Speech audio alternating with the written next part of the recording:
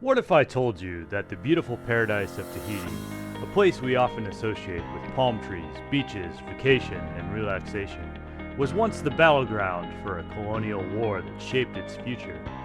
And how did a war that began over a queen's refusal to let Catholicism into her Protestant nation turn into one of the most significant power struggles in Polynesian history? While watching Lupin, the show on Netflix, I was intrigued by a passing reference about a pearl necklace acquired at the end of the Franco-Tahitian War in 1847. It got me thinking, what do we really know about this conflict? As someone who's recently been fascinated by Polynesian history, thanks to reading The Wide Wide Sea by Hampton Sides and Sea People by Christina Thompson, why is this chapter of history often forgotten? Today, we're exploring the Franco-Tahitian War, an underappreciated part in the larger story of European colonialism and Polynesian resistance. The Franco-Tahitian War, starting in 1844 and lasting until 1847, was essentially a power struggle between the indigenous Polynesian kingdom of Tahiti and the expanding influence of the French Empire. It began with French Catholic missionaries arriving in Tahiti, trying to spread Christianity, a story as old as time. However, the reigning queen of Tahiti, Queen Pomare IV, was a devout Protestant, largely influenced by British missionaries who had been in Tahiti since the late 18th century, a la Captain Cook in Initial Contacts. France, under King Louis-Philippe, was aggressively expanding its influence in the Pacific, and the French government demanded that Tahiti recognize French protectorate status. Queen Pomare resisted. The spark of war. In 1842, the French declared Tahiti a protectorate, but this was contested by Queen Pomare and her people.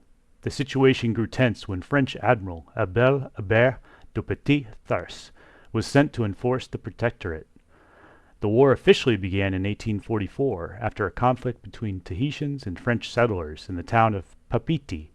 France's attempt to exert control led to skirmishes between French forces and the indigenous population, who were defending their autonomy. At this point, Queen Pomare fled to the nearby island of Raetee to seek refuge, but her resistance movement continued to operate from there.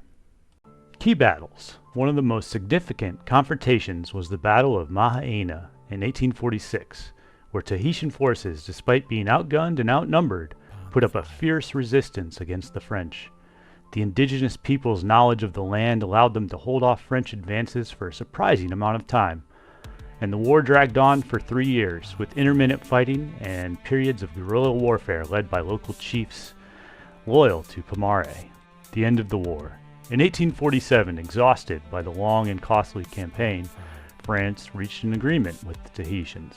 Queen Pomare IV was allowed to return to Tahiti, though in a largely symbolic role as the island had to accept its status as a French protectorate.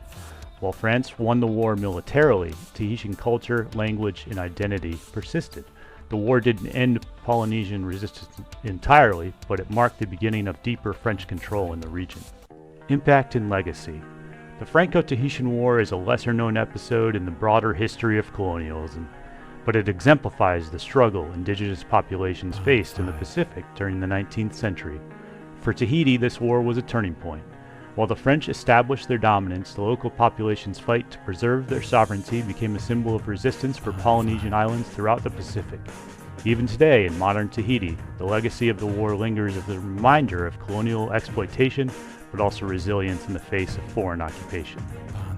Pomare IV reigned until her death in 1877, and she was succeeded by her son, Pomare V, who would later cede full control of Tahiti to France in 1880. So, there you have it. What actually happened in the Franco-Tahitian War? It was a struggle for control, a battle over faith, and ultimately a conflict over autonomy. The war left its mark on the island, with France's influence enduring, but the spirit of Tahiti and its people has never been fully extinguished. Today, Tahiti is still under French administration, but its rich culture, language, and identity continue to thrive. A great example is the surfer Callie Vast, who won a gold medal during the quote-unquote Paris 2024 Olympics in Tahiti as a native Tahitian, but soon after winning, he visited Paris as a French hero. So the next time you hear a passing reference to the Franco-Tahitian War, whether in a TV show or a historical book, you'll know that beneath the surface lies a fascinating story of resistance, survival, and the enduring strength of a people.